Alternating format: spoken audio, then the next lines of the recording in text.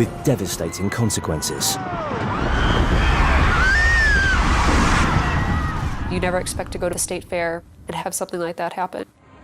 The Indiana State Fair has been held in Indianapolis for more than a century. Local resident David Wood has been coming to the fair his whole life. I remember going as a young kid, and with my mother, and we would go once or twice a year, but now that I've started my own family, we try to go several times. They usually have, 2 or 3 good headliners there to play each year. In 2011, we went to the fair that evening to celebrate my wife's birthday. I got us the pit tickets so we could be as close as we could to the bands.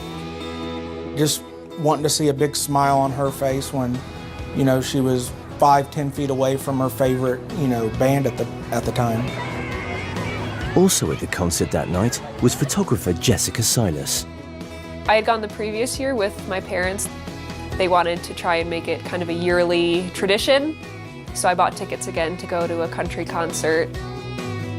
Unlike David, Jessica had gone for the cheaper seats in the sheltered grandstand away from the stage. My mom was really happy with our seats because I knew that there was a chance of severe storms that they were predicting later in the day, and she was saying how happy she was that we got the cheap seats.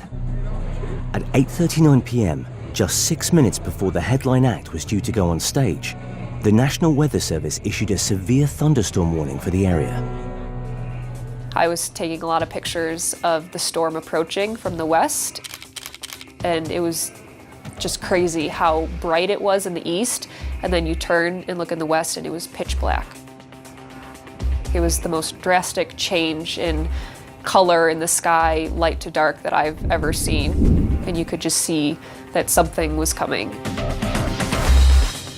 We didn't think it was going to be too bad since they still had, stage crew up in the rigging to control the lighting. So we figured the show was going to go on, rain or shine. And then boom, it's right above you. The wind, it definitely came out of nowhere.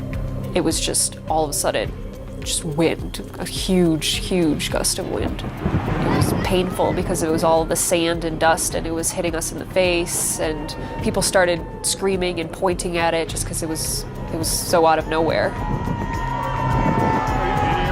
Heard all the metal clanking and seeing the screen going back and forth and swaying around.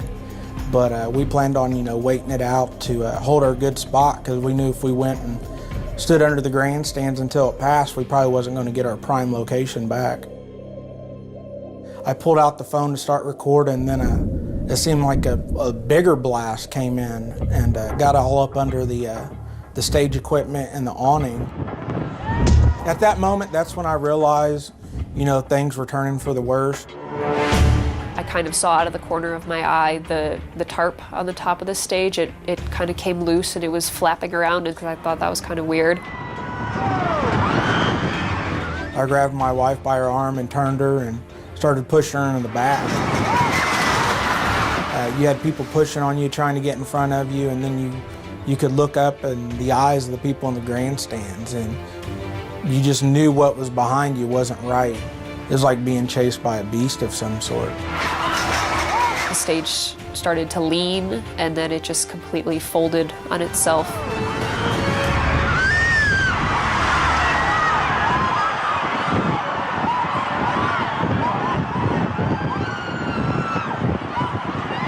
It was almost like a movie.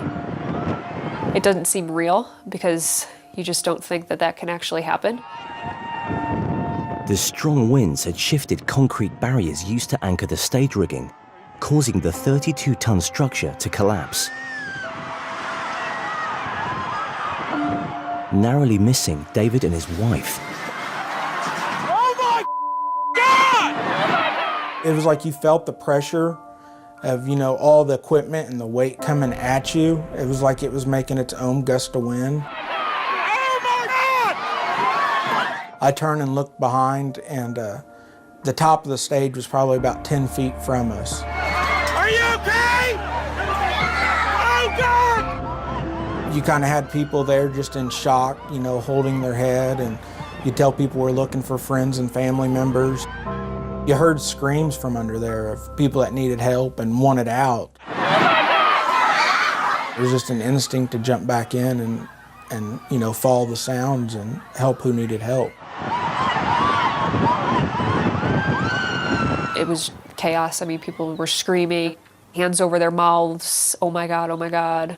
I mean, you never expect to go to a concert or at the state fair and have something like that happen. You just don't, you never think that.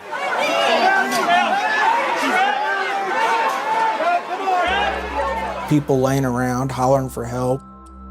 You got people crawling and trying to get to others. It was just chaos. It's not moving. Calm down.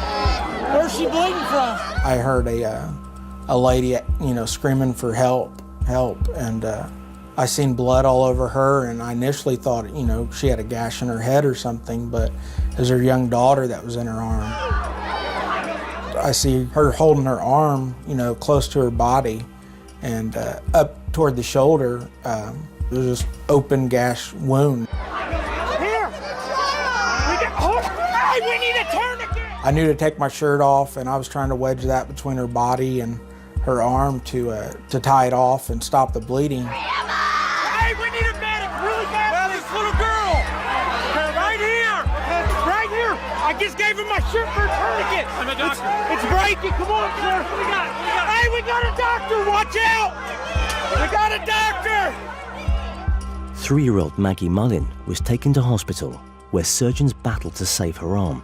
Thankfully, she made a full recovery, though others at the fairground weren't so lucky. My dad, he's a doctor, so he ran down to help people that had gotten trapped underneath. And he said that he had seen people who had died, and there were definitely fatalities that had happened. 5 people were pronounced dead at the scene. 2 more died later in hospital. Over 40 people suffered serious injuries. You know, we got there early to try to get the best location we could, and while we were standing in line, kind of made friends with a couple, her and her partner, and you know, had good conversations with them. And then a few days later on the news, come to find out that she was one of the ones that passed away.